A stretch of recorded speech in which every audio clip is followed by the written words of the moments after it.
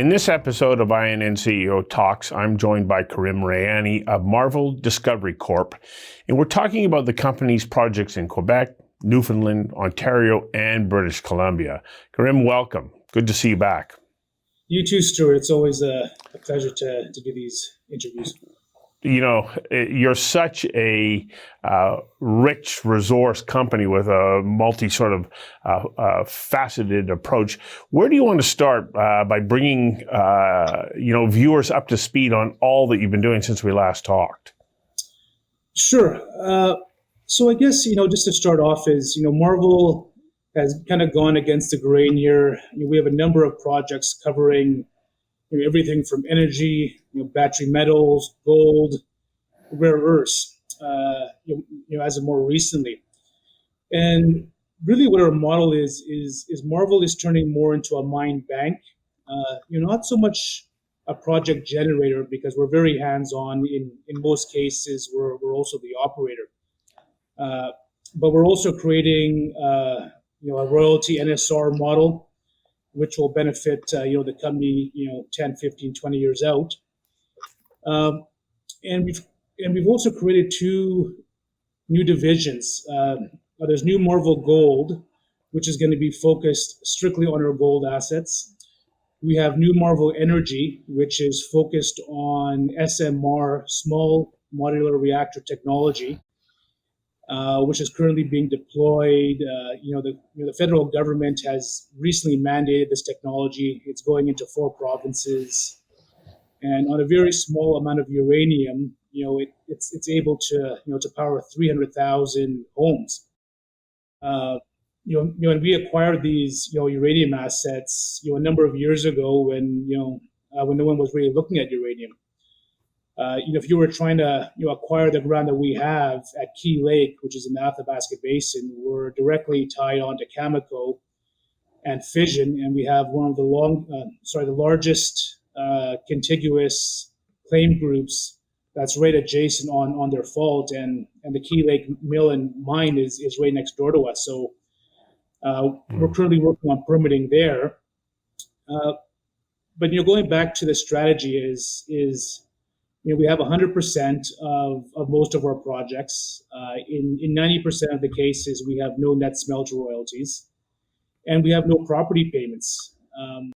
Most of the transactions we do are rare loaded. I mean, some of them are early stage, and some of them are advanced.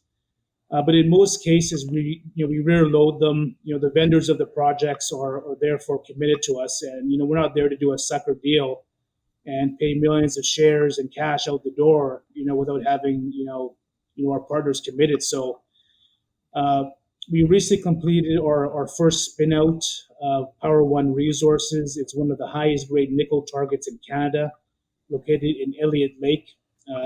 That's planning on being listed here in the next probably less than 2 months away.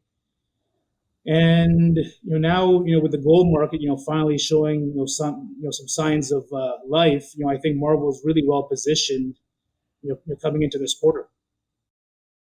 The gold market really is showing an uptick, isn't it? I don't know if you saw the news this morning with Barrick Gold's president talking about how there's going to be an even greater reliance on gold as we move forward, and that puts you in a good position. Mm-hmm. So tell me about a couple of your projects that you have. You've had drills in the ground. You've been doing some exploration work. Where are we at on some of those projects? Okay, so I'll start off with Newfoundland. I think most of your viewers probably know Newfound Gold. It was trading at 60 cents a number of years ago, hit a high of $10, $11. Eric Sprott, the resource billionaire, has acquired 20% of that company. Which really created a staking frenzy in Newfoundland. And if you really look at the geology of Newfoundland, there's so many discoveries starting to sprout up there. Marvel was very quick to recognize what was happening. We're currently probably the number 3rd or 4th largest landholder of ground in Newfoundland, tied on to sizable deposits with major structures. There's Hope Brook, where we've got 100,000 hectares We've got 1 million ounces to our north, 1 million ounces to our south, and we have this major fault that goes right through. So we're currently mobilizing crews there now. Permitting on that one is going to take a little longer before we're ready to drill. In this camp, you have Benton Sokiman that hit the first lithium pegmatite discovery. It's directly tied onto our deposit. All our geophysical, all our office geology that we've done indicates that we have a system that is identical in nature. Now, we have 100,000 hectares of land in this one camp alone. And then if you look at Newfound Gold, NFG, we have 3 projects that straddle their eastern border, and we have a number of splays that kind of go off. So we've done, till in soils, we've done airborne magnetic surveys. Drill permits are in on about 30% of our ground there, and we anticipate those permits coming in the next 4 to 6 weeks. And we just completed a raise of $2 million, so we're cashed up, and we're ready to start doing exploration drilling in Newfoundland. On the battery metals side, we have the Duhamel project, which is in Quebec. It's a high-grade nickel, 1 to 2% nickel at surface. Virginia Gold Mines held it previously. They decided to, at that time they were looking for gold and they were getting battery metals, so they didn't really, focus on this project. And we were fortunate to pick it up some time back. Now nickel is obviously one of the hottest commodities, with the whole revolution of electric cars. Mm-hmm. With this system, we have vanadium, we have titanium. It's a similar type of system to anorthosite, which was previously thought didn't really have potential for nickel, but we have proved a lot of people wrong, and we've currently cleared the road. We're currently setting up the drill pad locations, and we plan to do 1,000 to 2,000 meters Q1, and field crews have already been mobilized now. So you have a busy spring ahead of you, and that's just in Quebec and Newfoundland. You're also in Ontario. Where are we at on your projects there? So we've completed one spin out, which is our Serpent River Peak course. It's a 7 kilometer long, 4 kilometer wide, massive nickel anomaly. We did $500,000 in Z10, V10 surveys, identified this big structure. We're currently just waiting for our listing application to get approved. Marvel holds about 15 to 20% of this holding. It's still the same management. It's still run out of our office. So that's currently in process. We have the Black Fly deposit, which is tied on to Hammond Reef, which is Canada's largest gold deposit. That's been on care and maintenance the last number of years. They're currently talking about putting that back into production. And our sampling has come back anywhere between 30 and 50 grams at surface. Mm-hmm. We've done one phase of drilling there, and we'll probably start our second phase late this year. That probably pretty much covers our immediate exploration plans. We'll probably be drilling at least 2 to 3 projects, if not simultaneously, one after the other, all happening between Q1 and Q2.